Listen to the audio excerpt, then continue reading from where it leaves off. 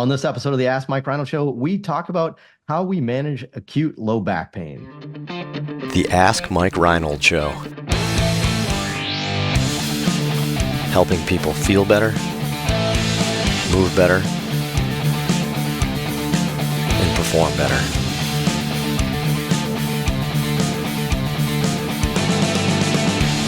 Before we get to the podcast, I wanted to make sure you knew about my free online course on the Introduction to Performance Therapy and Training. If you want to learn how to get started optimizing and enhancing performance, this is the course for you.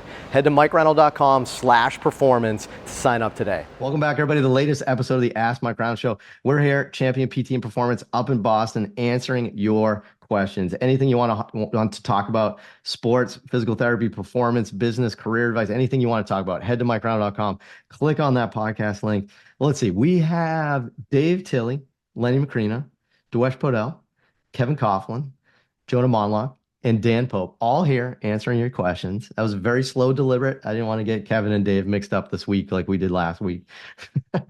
But and when I say last week, I meant like 5 minutes ago. But Len, who do we have for students, Len? Amazing group of students that I have come to adore over the past few weeks. Just adore.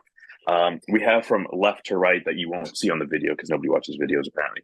Brady Cannon from Franciscan Missionaries of Our Lady University. I wrote it down. We have Mike Bearden from Georgia Southern. We have Sean Riley from Creighton University, and Brennan Hammer from the Duke University in Durham, North Carolina. Fun fact, I used to live there. And Michaela Meyer from St. Francis University, Tumble Track Nation. What a crew. What a crew, right? I think we say this all the time. We get great students at Champion, right? So many people have been through, probably listening right now. We always have good crews, but what a crew. What a crew we have right now. What a crew.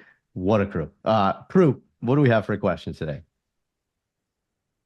All right, we got Tim from Maryland asks, I work in an athletic orthopedic clinic. I often see a fairly young athletic people with acute low back pain that they describe as just locking up on them and then pain for days. Sometimes they have mild neurological symptoms down their leg, but oftentimes they don't. Why do you think that is, and what's your treatment strategy? Nice. Good job, Brady. Cannon. Love it. Cannonball. Boom. Boom. Cannonball. You just nailed it. Anyway, yeah, I feel like this is like 3 of my patients right now that I'm rehabbing for other extremities, right? Too. So, hope Dewesh and Jonah don't take that the wrong way. I'm sure it wasn't what they were doing in the gym. It was them. It was definitely them. But this happens all the time, right? I'm sure Dan and Dave probably, you guys see a ton of these here too. But like the younger, the healthier person, it's not necessarily neurologic, or maybe it's the beginning of something. Who knows, right? It's not like they're shooting pain down their leg, right? But they just have that acute lockup in their back, and they almost can't even move. And man, the apprehension and fear may be the wrong word, but like they're nervous. They're like, what the heck just happened? What is this? I've heard people recently, they're like, I had to have somebody drive me home, because I was like nervous, that sort of thing. So who wants to start with this one? Because this is a good one. And I'd actually like to know the answer because I need help with this. I have like 3 people right now. So who wants to start? Kev, what do you think? Yeah, I'll just start by saying that it can definitely be challenging, and the patient can appear like super, super nervous and worked up. I think generally the first thing I try to do with that person is, as we're going through the assessment, just educating them and letting them know that I know like this is horrible right now, but luckily most cases of acute back pain tend to get better pretty quickly. So, this is obviously horrible, and I'm here to help you, and we're going to find any strategy we can to bring your pain down. But just thinking over the next 4 or 6 weeks, this is going to progress relatively quickly. I think what I tend to see is that debilitating period can be a couple days long, and then it transitions to a more achy, uncomfortable back pain, but one with they're totally able to function with that. So I think the first thing I try to do is just talk them off a ledge and as long as we're screening for red flags and they're not presenting with any, just letting them know that this will subside likely in the next few weeks. And then I would say from there, going through, if we can do any type of movement assessment, it depends. Sometimes they're so painful. It's really a movement assessment's not worth it. We're not going to get any good information. If we can, I try to find if they are appearing to be flexion or extension based. So one position where we can just have them lay in, whether it's, supine with legs elevated on a ball or something to keep them in a little bit of flexion if they're presenting as flexion tolerant, or laying on their stomach if they're preferring extension.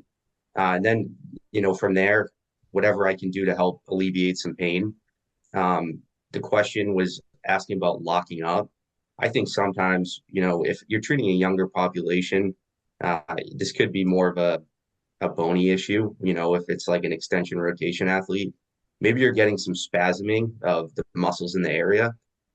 In that case, maybe I'll give them a little heat and see if that helps. I'll do a little massage stuff and see if that helps. Sometimes gentle joint mobilizations can be helpful. And then, after that, maybe just some light, like breathing, positional breathing techniques, and then very gentle exercise if they can tolerate it.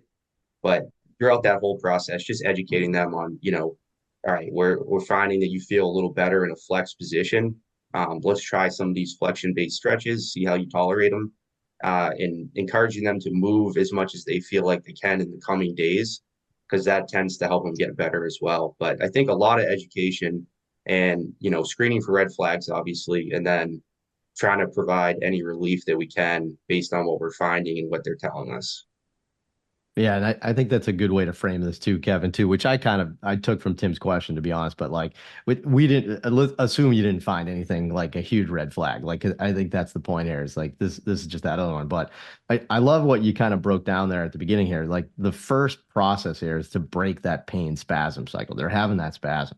And sometimes I even try to educate them. Like, I don't even think the symptoms you're having right now, maybe even related to the, whatever the pathology or whatever it might be. It's the secondary spasm that's occurring to help try to like protect it. That is really the symptom that's driving you crazy. So that leads our early phase stuff. But I don't know who else wants to jump in. What do you think on this topic? This is pretty common, right? I mean, I know I want to hear a little bit from Dan Pope, to be honest with you, but I don't want to put him on the spot. Does anybody else want to jump in? Get him, Dan. Yeah, I could say things too, I guess. Dan. This is Dan's world. I mean, he's great at this. So like, I'm gonna sit back and just get ready to be educated here. I don't know if there's anything good that's coming from me. I see a lot just because we see a lot of people who lift weights. Low back is one of the most common injuries, happens pretty frequently. A lot of lifters have this, and it's something they deal with on a pretty regular basis. Back feels good one day, next day it feels like garbage, following day it feels pretty good again, right? I think Kevin really nailed it there.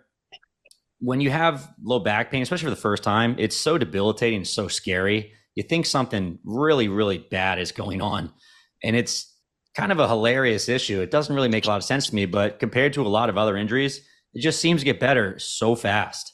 And it's so odd that someone could be so debilitated one day and the next day, like, yeah, I'm feeling pretty good, right? And you hear this story all the time, that things like lock up, and they'll have a couple bad days and they're completely fine after that, which you don't really see with other like tendinopathies or something along those lines. It just behaves differently, right? So I think that is number one, educating patients that this is terrible, but there's a good chance you'll feel awesome tomorrow. So don't feel like you have to change everything. And I think moving from that place, and I think this is also where you're talking about with your patient right now, we want to try to maintain their fitness and keep on exercise as much as possible. But there's also that likelihood, I kind of see it as like a hamstring strain injury that's just going to recur in the next few weeks unless you're careful, right? So I think it's twofold. Making sure that you're backing up enough that you're not continually irritating it, right? But also trying to maintain their fitness as much as possible. So let's say it was like a Romanian deadlift or something along those lines that aggravated someone's spine. If they feel pretty good the next week after having a flare up after that, maybe we have to modify that to something different, right? And I often will use the words tolerable. If something feels tolerable, that's a good thing. You might have to be a little more cautious with those repeat offenders, right? Some folks, they feel like they're pushing probably a good amount, and it's not going to be too much, but the next day they're right back in the same place. So you have to pull back a little bit more. So I think a lot of it is this balancing act of trying to figure out what can we continue pushing without that risk. And just like that hamstring, it's the same issue. It's like we can probably return quicker, but we just have that increased risk of flaring things up again. So probably depends on how important, because I think for athlete, we were talking about, it's like, well, do you really need to load that deadlift heavy for your goals? Probably not. Why do we need to keep on pushing this? We can probably back off a little bit more so. But if I have a power lifter that's 6 weeks out from nationals or something like that, it's like, we probably have to push it a bit, but we're going to assume a little more risk. Just like if someone is preparing for, I don't know, some big soccer competition in 3 weeks and have an acute strain, it's like, well, we're going to have to push it probably a little bit, but our risk goes up for that reason. So. Yeah, I love it, Dan. And I think, I think that, between you and Kevin putting that together, I mean, that really covers, like, to me, like the first two big phases. Like, the first phase is break that spasm cycle, right? That was what Kevin kind of mentioned on. Break the pain spasm cycle, get them moving, make sure they realize that they're not going to cause damage by moving. So just get them moving a little bit and let that subside.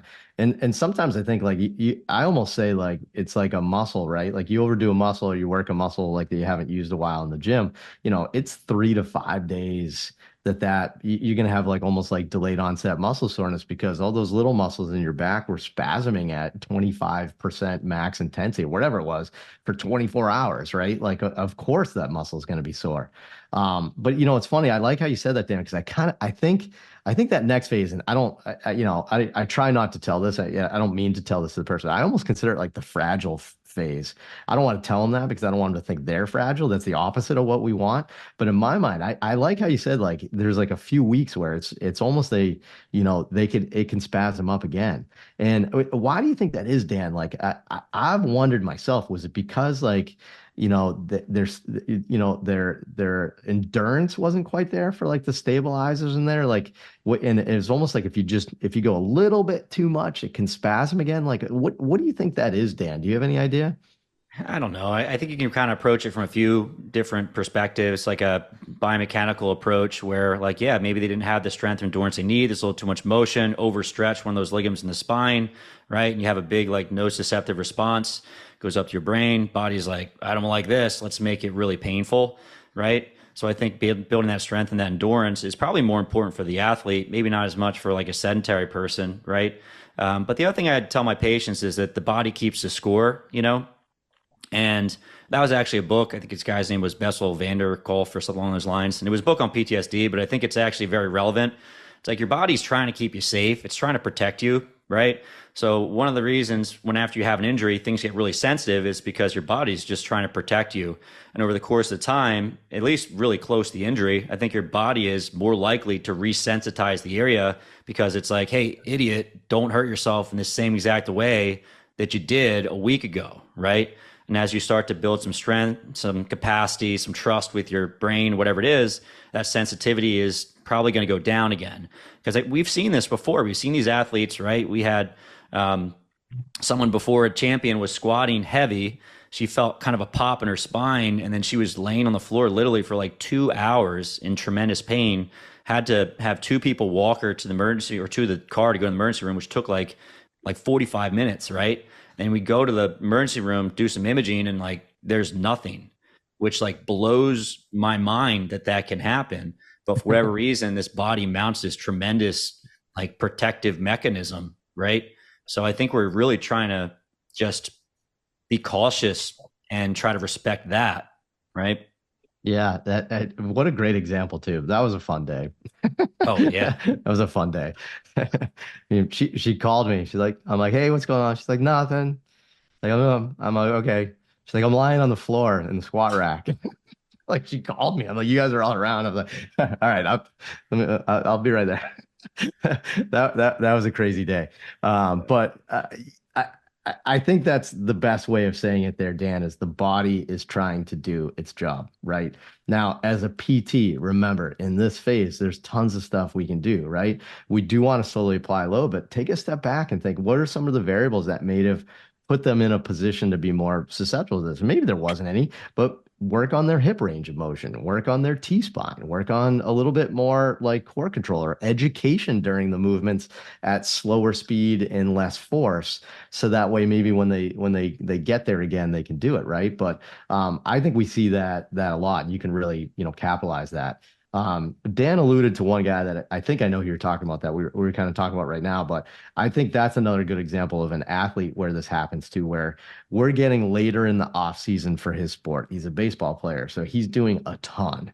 He's in the gym, he's doing some rehab, he's throwing, he's doing a ton, right? And if he keeps loading and loading and loading with things like a deadlift, like Dan kind of mentioned him, at some point in time, you have to say like, look, your objective right now is to get ready to pitch, right? So you're long tossing, you're throwing bullpens, you're doing all these things. That's endurance of your back and your core and your hips and stuff like that, right? So if you're doing that and you're still trying to keep going up in weight with certain things, just sometimes it's just an endurance issue. You just overloaded it. So you try to deadlift, but you're exhausted and your dynamic stabilizers aren't there, maybe that's part of it. Right. So, again, I think like everything else we tend to talk about, especially on this podcast, is that the answer depends, right? It depends on the person in front of you and what they have going on. There's so many different variables that go into it. But I think that's a good approach, right? A phase 1, phase 2 approach right there. Decrease the spasm, and then phase 2 is like when they're building back up, is make sure we really educate but keep moving, and then slowly get them back to where they were, and then hopefully this doesn't happen again. And I think that's the key to us. Like for this, if you go back to last episode where we talked about how do you know when to push or back off a little bit, I think those principles apply here. So.